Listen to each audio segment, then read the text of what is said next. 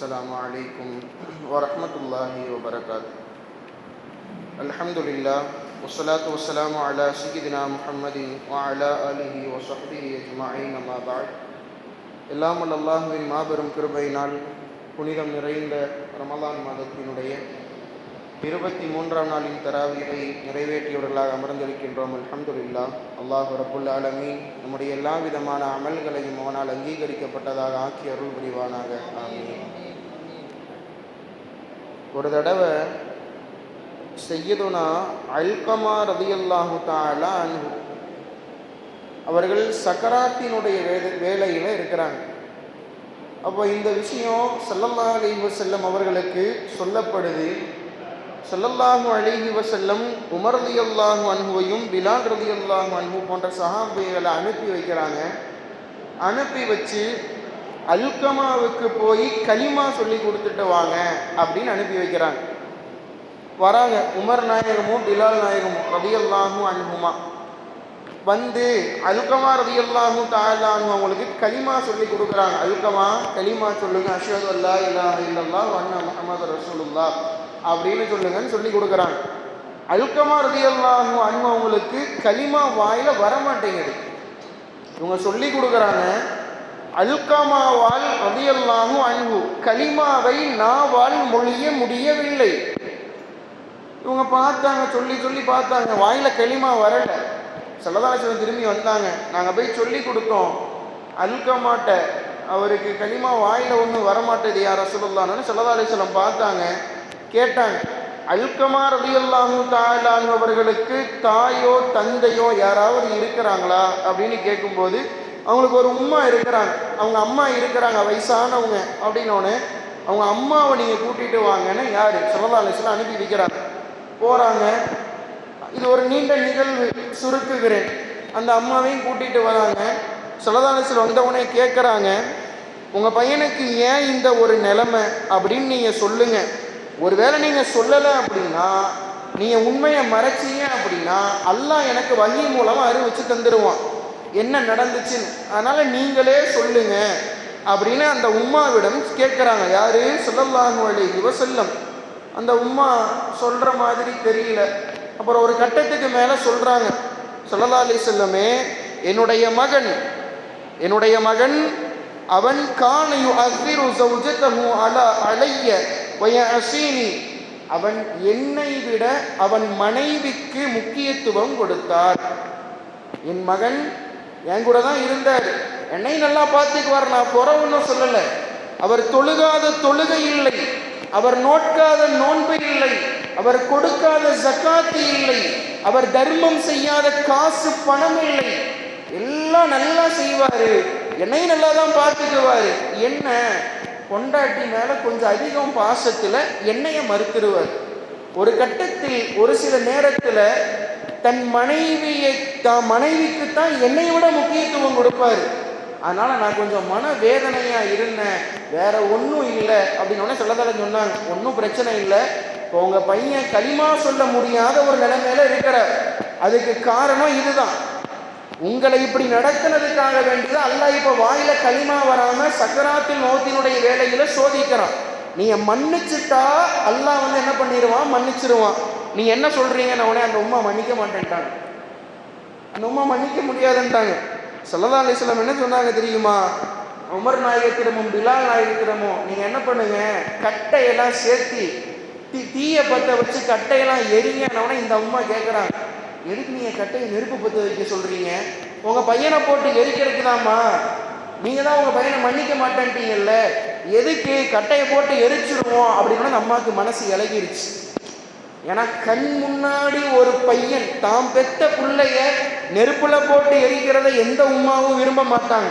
ஒரு கட்டத்தில் அந்த அம்மா அழுதுட்டாங்க. அழுது நான் என் மன்னிச்சிடுறேன் என் பிள்ளைய அப்படின்னு மன்னிச்சிடுறாங்க. மன்னித்ததற்கு பின்னால் இப்போ அனுப்பி வைக்கிறாங்க. ஸல்லல்லாஹு அலைஹி வஸல்லம் உமர் நாயகமும் பிலால் நாயகமும் போறாங்க. போய் அல்கமா ரலியல்லாஹு அன்ஹு கிட்ட கலிமா சொல்லி கொடுக்குறாங்க. நாவில் கலிமா வந்தது, அதற்கு பின்னால் ரூஹு போனது என்பது வரலாறு. இங்கே சொல்ல வருவது, ஒரு மகன் தான் பெற்றெடுத்த பிள்ளை தன்னுடைய பெற்றோருக்கு மாற்றமாக, அது மனைவியாக இருந்தாலும் சரி, யாராக இருந்தாலும் சரி, பெற்ற தாயையும் தந்தையையும் விட வேறு ஒரு மனிதனுக்கு முக்கியத்துவம் கொடுத்தால் மௌத்தினுடைய வேளையில் நாவில் கலிமா வராது. ஒரு மனிதனுடைய மரணத்தை தீர்மானிப்பது அவன் நாவு. அவன் கலிமா சொன்னான்னா அது நல்ல மௌத்து, அவன் கலிமா சொல்லலைன்னா அந்த மௌத்து வீணா போன மௌத்துன்னு அர்த்தம். ஏன்னா ஆகிரத்தினுடைய ஆரம்பம், மறுமையினுடைய ஆரம்பம் மௌத்திலிருந்து தொடங்குகிறது. கலிமா சொன்னாதான் மௌத்திலிருந்து அவன் கபரு வாழ்க்கையாகட்டும், கியாமத்தினுடைய நிலைமையாகட்டும், அவன் சொர்க்கத்துக்குள்ள போறதுக்கு முன்னாடி வரைக்கும் எல்லா நிகழ்வுகளும் லேசானதாக அமையும் அப்படிங்கிறத நம்ம விளங்கணும். இது ஒரு நிகழ்வு. அப்போ யாரெல்லாம் தன் பெற்றோர்களுக்கு நல்ல முறையில் உபகாரம் செய்யாமல், அவர்களை தகாத வார்த்தையில் பேசி, அவர்களினுடைய மனம் நோயிடும்படி செயல்களை எல்லாம் செய்கிறார்களோ, கிதாபுகளிலே எழுதுவார்கள், அவனுக்கும் ஷைத்தானுக்கும் நரகத்தில் ஒரே ஒரு அந்தஸ்து தான். ஷைத்தான் ஒரு ஸ்டெப்பு கீழே இருக்கிறான்னா அதுக்கு அடுத்த ஸ்டெப்பு இவன் தான் இருப்பான். நரகத்தில் ஷைத்தான மாதிரி அல்லாஹ் யாருக்கும் அதாபு செய்ய மாட்டான். ஏன்னா ஷைத்தான் அல்லாவே எதிர்த்து பேசுனவன். அதனால ஷைத்தான் தான் நரகத்துல ஆக அடிமட்ட தரஜால இருந்து கடுமையான வேதனைப்படுத்துறது யாரு? ஷைத்தான் தான். ஷைத்தானுக்கு அடுத்த லெவல்ல யார் இருப்பா? பெற்றோர்களை சரியான முறையில் அவர்களுக்கு கொடுக்க வேண்டிய மரியாதையும் கண்ணியத்தையும் கொடுக்காத நபர்கள் இருப்பாங்க. அதோடு மாத்திரமல்ல, நரகத்தில் ஷைத்தானினுடைய பக்கத்து வீட்டுக்காரங்களா இவங்க தான் இருப்பாங்க. இதோட முடியல, அடுத்து சொல்லுகிறார்கள் ஸல்லல்லாஹு அலைஹி வஸல்லம், மேராஜினுடைய வேலையில ஸல்லல்லாஹு அலைஹி வஸல்லம் போறாங்க, சொர்க்கம் நரகத்தை எல்லாம் பார்க்கறாங்க. இப்போ நரகத்துல சில பேர் மரத்துல தொங்க விட்ட மாதிரி இருக்கிறாங்க. மரத்துல சில பேர் அல்லாஹ் தொங்க விட்டு வச்சிருக்கிறான். எங்க? நரகத்துல.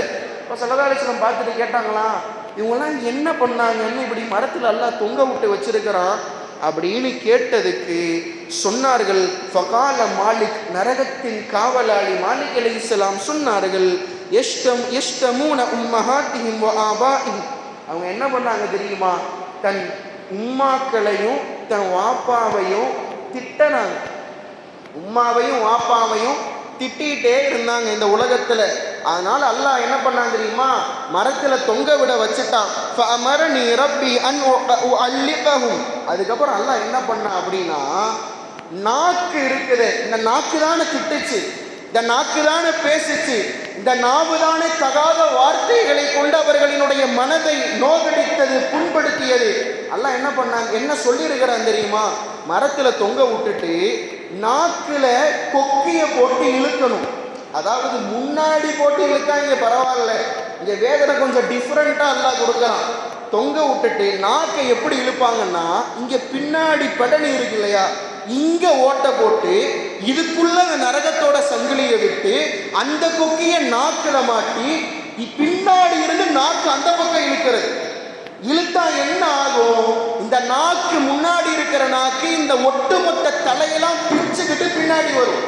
இப்படிப்பட்ட ஒரு வேதனையை ரப்புல் ஆலமீன் நரகத்தில் தாய் தந்தையர்களை திட்டியவர்களுக்கு கொடுக்கிறான். அவன் எவ்வளவு தொழுதாலும், அவன் எவ்வளவு ஓதினாலும், அவன் எவ்வளவு நோன்பு வைத்தாலும், எவ்வளவு லட்சம் கோடி கணக்கில் தான தர்மம் செஞ்சாலும் சரி, இதுதான் அவனுடைய நிலைமை. வரலாறுகளிலே பதிவு செய்யப்பட்ட நிகழ்வு. அத்தா இப்னு யஸார் ரலியல்லாஹு அன்ஹு ஒரு நாள் பொழுது பயணம் போறாங்க. இரவினுடைய நேரம். ஒரு இடத்துல தங்கணும்னு ஒரு நிர்பந்தம். தங்குறாங்க. தங்கலான்னு போனா கழுத கணக்கிற சத்தம் கேட்டுக்கிட்டே இருக்கு. ஒரு பக்கத்துல இருந்து கழுத கணக்கிற சத்தம். சுத்தி சுத்தி பார்க்கறாங்க, கழுதையும் இல்லை, ஒண்ணும் இல்லை. ஒரே ஒரு வீடு தான் இருக்குது, அது குடிசை வீடு. பார்க்கறாங்க, என்னன்னு தெரியலைன்னு காலையிலேயே விடிஞ்சிருச்சு. விடிஞ்சதுக்கு அப்புறம் அப்பயும் சவுண்டு நிக்கல, கழுத கணச்சிக்கிட்டே தான் இருக்குது. அந்த வீட்டுக்கு போனாங்க. வயசான ஒரு அம்மா இருந்தாங்க. போய் கேட்டாங்களா, ஏமா சுத்தி முத்தி ஒன்றும் கிடையாது, கழுதையும் கிடையாது, ஒன்றும் இல்லை, கழுத கணக்கிற சத்தம் மட்டும் கேட்டுக்கிட்டே இருக்குது. இந்த வீட்டில் நீங்க மட்டும்தான் இருக்கிறீங்க, உங்க வீட்டில் கழுதையும் கிடையாது, யாருதாமா கத்துறது அப்படின்னு அந்த அம்மா சொன்னாங்க தெரியுமா? இப்னி, என் மகன் தான் கத்துகிறான். என் மகன்தான் கழுதையை போன்று கத்துகிறான். உங்களுக்கு ஆச்சரியம், என்னடா இது, பெத்த பையனா கத்துறான், என்ன பண்ணாரு உங்க பையன் அப்படின்னோடனே அந்த அம்மா சொன்னாங்களா, என் பையன் என்ன, இங்க வா, அங்க போ, அதை எடு, இந்தா இதை புடி இப்படின்னு என்ன பேசுவான். எனக்கு கொஞ்சம் மனசு வலிச்சிச்சு. இவன் என்னடா நம்மளை கழுதை கூப்பிடுற மாதிரி கூப்பிடுறானே, கழுதைய போன்னு சொல்ற மாதிரி சொல்றானே என்று நான் நினைத்தேன். நினைத்த அடுத்த கணம் அவன் ஒவ்வொரு இரவிலும் இரவு முழுக்க கழுதையை போன்று கத்துகிறான். உங்க பையனை கொஞ்சம் பார்க்கலாமா அப்படின்னு கேட்கறாங்க. வாங்க கூட்டிட்டு போறேன்னு கூட்டிட்டு போய் காமிக்கிறாங்க. வீட்டோட ஓரத்தில் ஒரு கபரு தோண்டப்பட்டிருக்குது. சாதாரண ஒரு இடத்துல கிடையாது. குழியை தோண்டி கபருக்குள்ள அந்த பையன் படுத்திருக்கிறார். படுத்திருந்தா உடம்பு முழுக்க மனித உடல், கழுத்து மட்டும் கழுதையினுடைய கழுத்து, மூஞ்சி ஃபுல்லா கழுதையினுடைய தோற்றம். கிட்ட போய் பார்த்தாலும் கணச்சுக்கிட்டே தான் இருக்குது. கழுதையினுடைய சப்தத்தை போன்று கணச்சுக்கிட்டே இவர்கள் பார்த்தார்கள். பார்த்து விட்டு ஆச்சரியத்தில் என்ன பண்றதுன்னு தெரியல. அதற்கடுத்து இந்த விஷயத்தை சொல்லித்தராங்க. கவனமாக இருக்க வேண்டும். எந்த ஒரு பிள்ளையும் தன் உம்மாவாகட்டும், தன் வாப்பாவாகட்டும், அத்தாவாகட்டும், பெற்றோர்களுடைய விஷயத்தில் அவர்களை வாப்போ என்ற வார்த்தைகளை சொல்லி கூட அழைக்க கூடாது.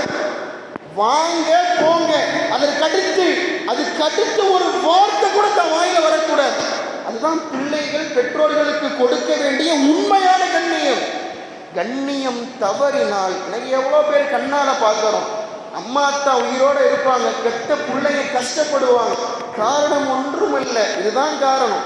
பெற்றோர்களுக்கு சரியான முறையில் கொடுக்க வேண்டிய கண்ணியத்தை கொடுக்காததின் விளைவு இந்த உலகத்திலும் சரி, மௌத்திலும் சரி, கபரிலும் சரி, கியாமத்திலும் சரி, நரகத்திலும் சரி கடுமையான கொடுமையான விளைவுகளை அந்த குழந்தை கட்டாயம் சந்தித்தே தீரும் என்பதில் எந்த ஒரு சந்தேகமும் இல்லை என்பதை நாம் விளங்க வேண்டும். அல்லாஹ் ரப்புல் ஆலமீன் விளங்கும் நசீபை தந்தருள் புரிவானாக. பிஹக்கி ஹபீபிஹி ஸல்லல்லாஹு அலைஹி வஸல்லம். வ ஆகிரு தஅவானா அல்ஹம்துலில்லாஹி ரப்பில் ஆலமீன். அஸ்ஸலாமு அலைக்கும் வரஹ்மத்துல்லாஹி வபரகாத்துஹு.